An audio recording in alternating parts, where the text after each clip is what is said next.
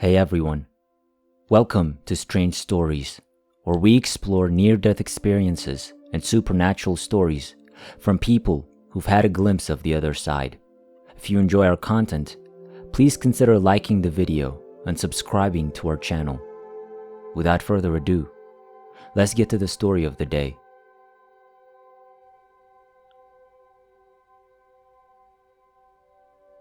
As a sort of prelude to my near-death experience, at the time in my life, in January 1983, I was known as the drug dealer to the stars. I sold cocaine to several clients in the Hollywood film industry, as well as musicians, painters, restaurant owners, and others. I imagined myself to be a really cool and indispensable guy who was loved and admired by everyone. I had a source for pure cocaine smuggled in from Peru, and everyone was crazy about what I was selling. Life was great.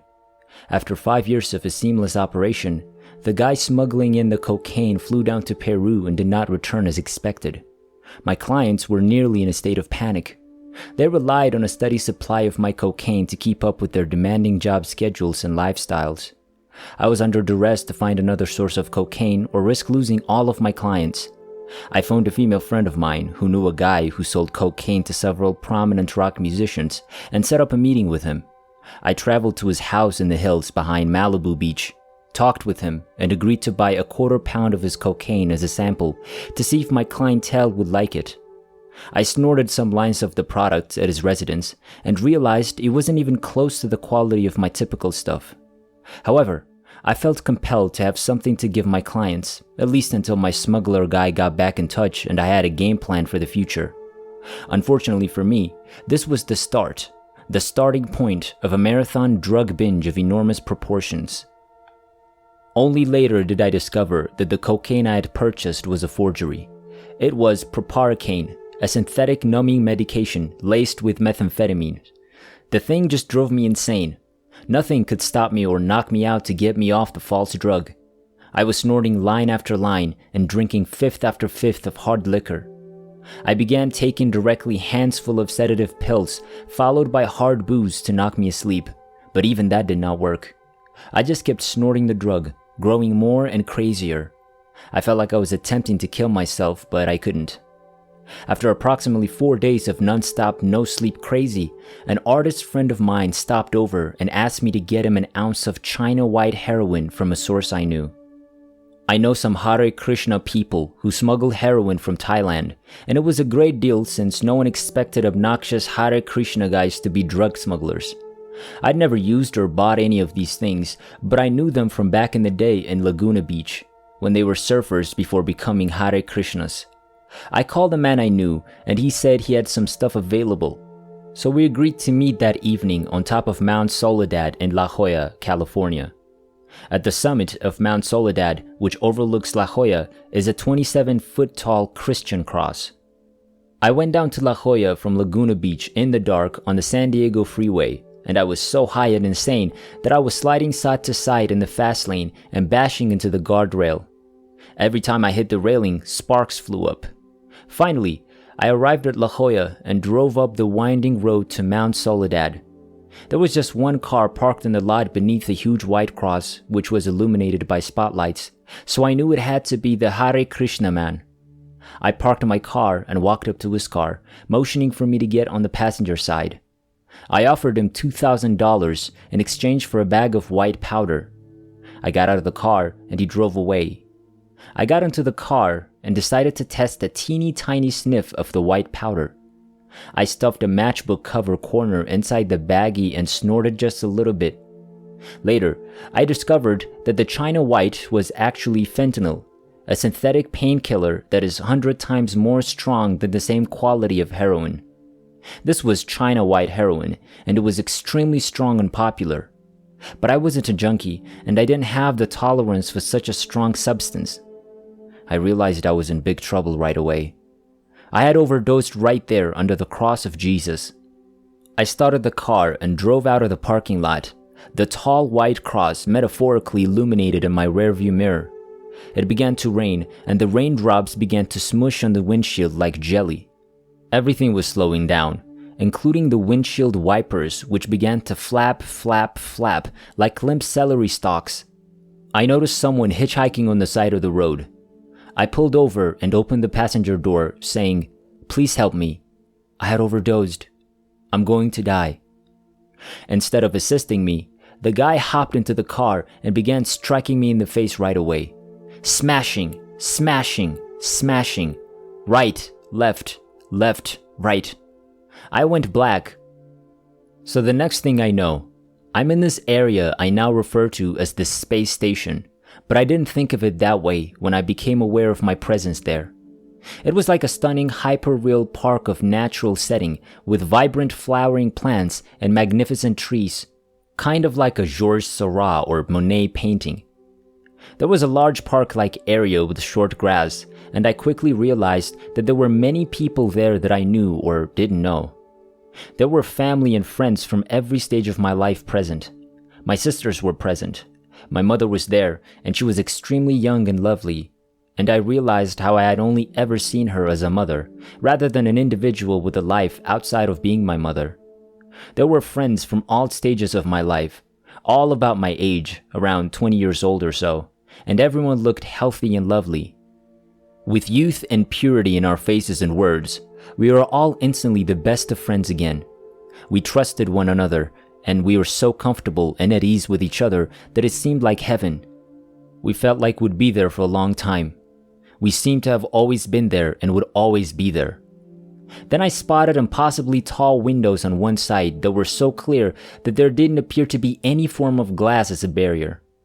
I stepped over to the windows and saw the entire solar system rotating and swirling in 3 dimensions. Comets might be seen shooting through space, and I could see galaxies upon galaxies into the infinite. I understood I was at a crossroads between Earth and eternity. Then, on the other side of the park, I noticed an off-white wall that ran the entire unfathomable length of the park. I approached the wall. I spotted a door in the wall that was slightly ajar, a door that was slightly open. I gripped the door's edge with my fingernails and yanked it open. I immediately understood I was in a courtroom. It appeared to be from the Salem witch trials. My relatives and friends from all periods of my life were seated and standing behind me.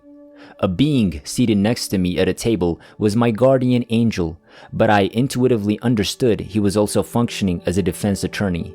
A being sat on the table next to us, and I recognized him as some sort of prosecuting angel or prosecuting attorney.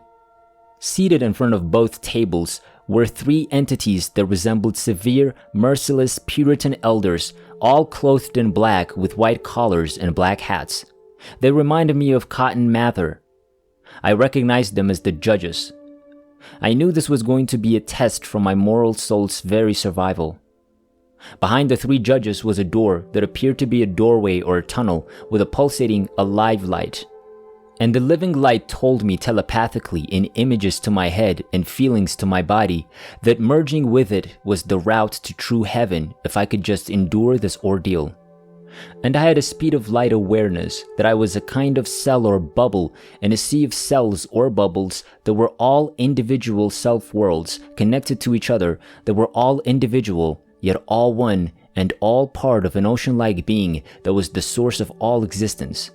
So I was me, they were it, and we are all one, all separate yet one at the same time. The sensation or experience went well beyond any sex climate or drug high I've ever had. It was the genuine article. The magnificent orgasmic vision then vanished, and I was back on the table next to my counsel and the trial was ready to begin. The prosecuting attorney angel began summoning my relatives and friends to the witness stand one by one. What used to be my friends and family were now testifying against my character and various evil activities throughout my life. My former pals each informed me how I had wounded, betrayed, and failed them in various ways. Over and over, one person after another, blah blah blah. My defense attorney angel began leaping up and down and crying, "Objection, hearsay," or anything. But the judges just kept saying overruled.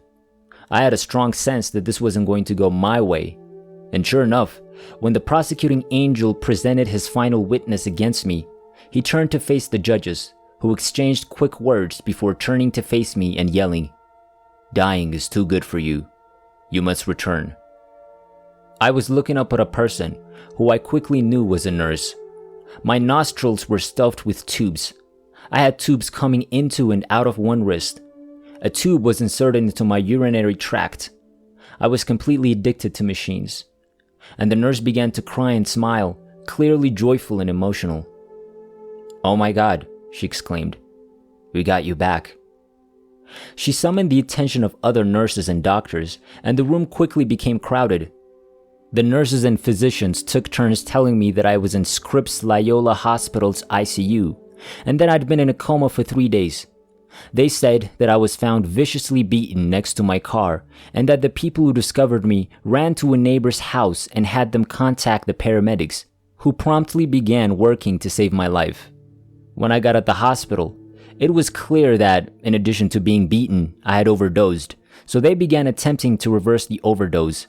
But I had so many different substances in me that the standard methods didn't work. They ended up conducting blood washing, which is a type of dialysis, to get the medications out of my system. Meanwhile, I kept collapsing and dying, and they kept bringing me back, all this incredible heroism to preserve my life. And the whole time, I was in other space, going through a type of trial for the fate of my mortal soul. When the physicians and nurses were eventually able to stabilize me, I was brought to the ICU recovery room, but they had little hope that I would be anything other than a vegetative coma until I died. So the doctors and nurses thought it was a miracle that I was returned from the brink of death. Apart from the bandaged up and smashed up face, I was ambulatory and lucid, and they were overjoyed, as did I. So, there was one unexpected thing I discovered about the medications I'd been using. One of the nurses handed me a printout of the drug analysis of my blood, of my body. Instead of cocaine, there was only a synthetic numbing substance called proparacaine. Methamphetamine was also present.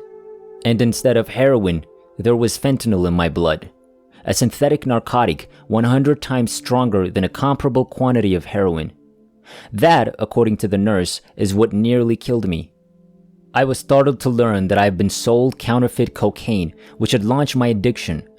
Then I was sold super potent fentanyl instead of regular heroin, which nearly killed me. So I wish I could say I learned a lesson from that experience right away, but I didn't. Later that day, in the recovery area, I called a female acquaintance and asked her to drive me from the hospital. I crept out of the recovery area and into the trunk of her car, making a dramatic escape from the hospital. However, a few days later, I had a courteous thank you note printed and framed, which I sent to the doctors and nurses who had saved my life. I also paid as much of my hospital costs as I could afford, which was $8,000. Next, I relocated from the opulent Los Angeles celebrity drug culture to another state. However, my Peruvian cocaine supplier returned, and I ended up selling and consuming the drug for another 9 years. Finally, in March 1992, I was set up by some of my clients who'd been arrested, and they let drug enforcement officials arrest me when I showed up to sell some goods to the clients. Following that, while spending 30 days in jail awaiting the summation of charges, I had some sort of self-realization, and when I got out, I went through my legal trial, got convicted, did only 90 days of work release, and quit drugs, and I've never used anything of that sort since then. 25 years. So, I'm grateful to be able to relate my tale in this forum because no one has ever believed or cared about what I've gone through. And I recall the full outer space event vividly and intensely. I am aware that there is always something more present that is greater than what most religions, with the exception of Buddhism and Hinduism, refer to as heaven. I was briefly one with it, and I know it is possible to be one with it again, this time for eternity.